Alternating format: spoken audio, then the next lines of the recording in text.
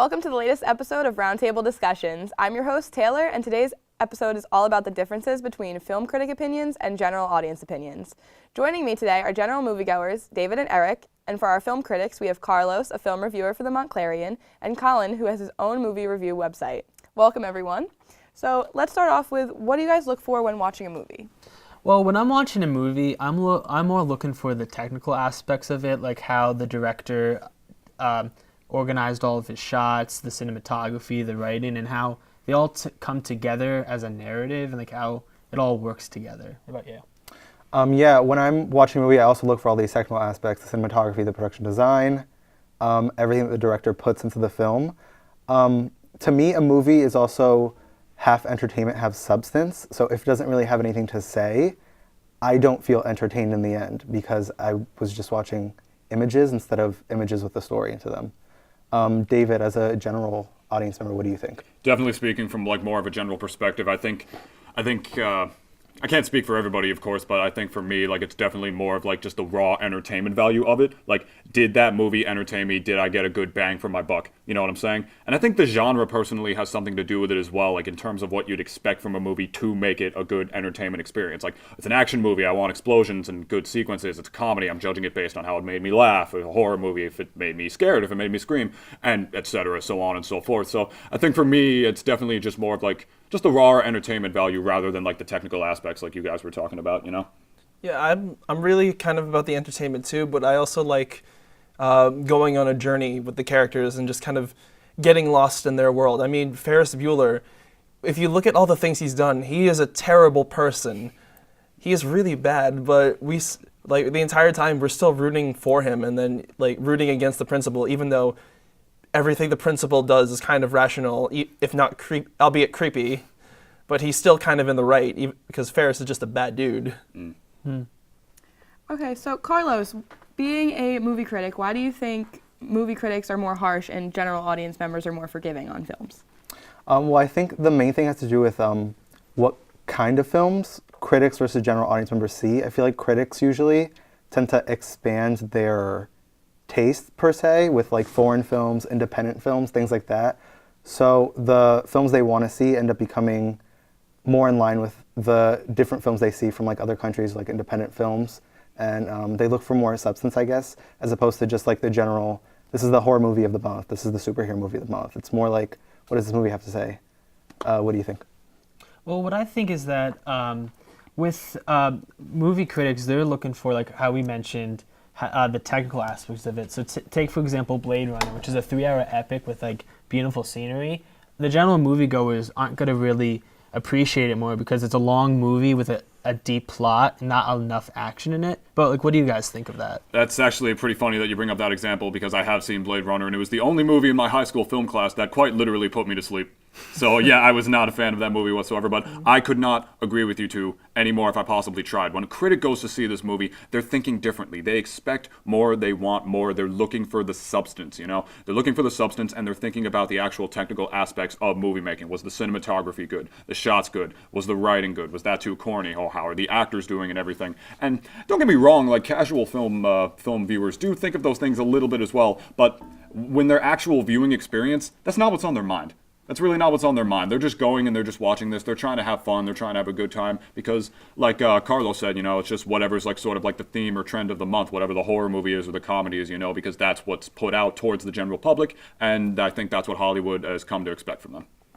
Yeah, it's like he was saying, it's kind of the difference between like the critics and the casual moviegoers is like we're just kind of looking to be entertained. Like we just kind of pick and choose whatever suits our interests, and then meanwhile critics have to go and see everything that's available. So because of all the movies that they have to see, they have to sort of set a template for all the different guidelines and checkpoints that they have to look for. So, David, do you think your opinions change on movies as time passes? I definitely can't think of any actual examples of that personally, but I know for a fact that I have seen various like forms of media, whether it's a TV show or in this case movies, that I loved at first, and then upon like a second viewing, I wound up thinking, it wasn't really that good. You know, I didn't really like it so much the second time. And other movies definitely have grown on me. So I do apologize. I really can't think of any like prime examples of movies that have done that for me, but it definitely has happened. Like my opinions on movies definitely have changed after a couple of viewings, depending on what it is. Honestly, I think that it's not about time passing, it's about how many times you see a movie. Because I know in my experience, that I may like a movie the first time, but the second time I'll notice the flaws, or vice versa. Well, time-wise, it could be like from a movie from my childhood I liked. Now, as an adult, I don't. But I don't think it's like a time pass. It's more of age or how many times you've seen it. But Eric, what do you think? Yeah, it's like for me, one movie that like I remember like when The Dark Knight Rises came out, I was just really kind of hyped for the whole third Batman movie, like yeah, and like nowadays I really don't think that it was that great of a movie. When I saw it, I was just like yeah, because it was kind of boring and long, but I tried to focus on the good stuff, like only on the good stuff, and then just completely ignored the bad stuff. But then as time went on and I sort of reflected on it a bit more, the bad stuff started to stand out a bit more to me, like over the next 2 years. Same. I agree. I definitely think like hype sometimes like distracts you from flaws, and I do think also like with what you said that when you're a kid you might really like a movie that when you're older like you'll hate. Like I used to love like the Scooby-Doo movies, but they're trash. Like I know they're trash. I hate them now. Like so I think as you mature and like the more times you watch something, you get different views and you come to different conclusions about a movie.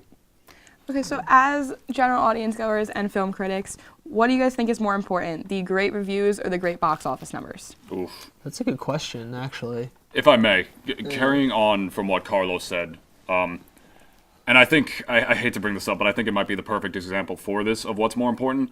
I'd like to talk about the Transformers movies very quickly. Yeah. Those movies are awful. I'm just going to come out and say it. I do not think they're good personally. They're just explosions and then various no-purpose shots of Megan Fox's butt. But Michael Bay knows that's going to sell.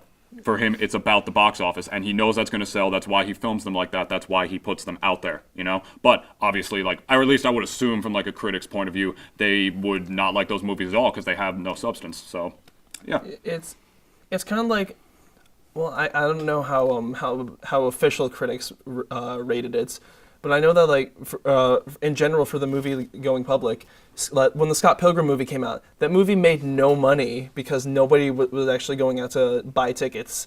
Yet everybody loved it, and people talk about what a great movie it is, the aesthetic, the characters, the story. Honestly, I think that thinking about this is actually a good question because you think about it, it's all about, in life actually, money is what drives everything. You can have, I'm going to use Blade Runner 2049 again. That was an amazing movie in my opinion, but it made no money, meaning that Hollywood's going to reflect on the box office and say, we can't be doing movies like this anymore. But going on to Transformers is trash, but people went and saw it. So Hollywood says, hey, people went out in droves to see it, we're going to make more of these. So honestly, I think that box office numbers, unfortunately, is more important than a great review. So I actually think that because we live in like the internet age, like with Rotten Tomatoes, I do think better reviews are more important because there's a lot of blockbusters that come out like Justice League that people think are going to make all this money but end up underperforming because they get negative reviews and people aren't as quick to see it in a theater as opposed to at home. And the last Transformers movie also made less money than the other ones because more and more people I think are getting into like internet movie reviews.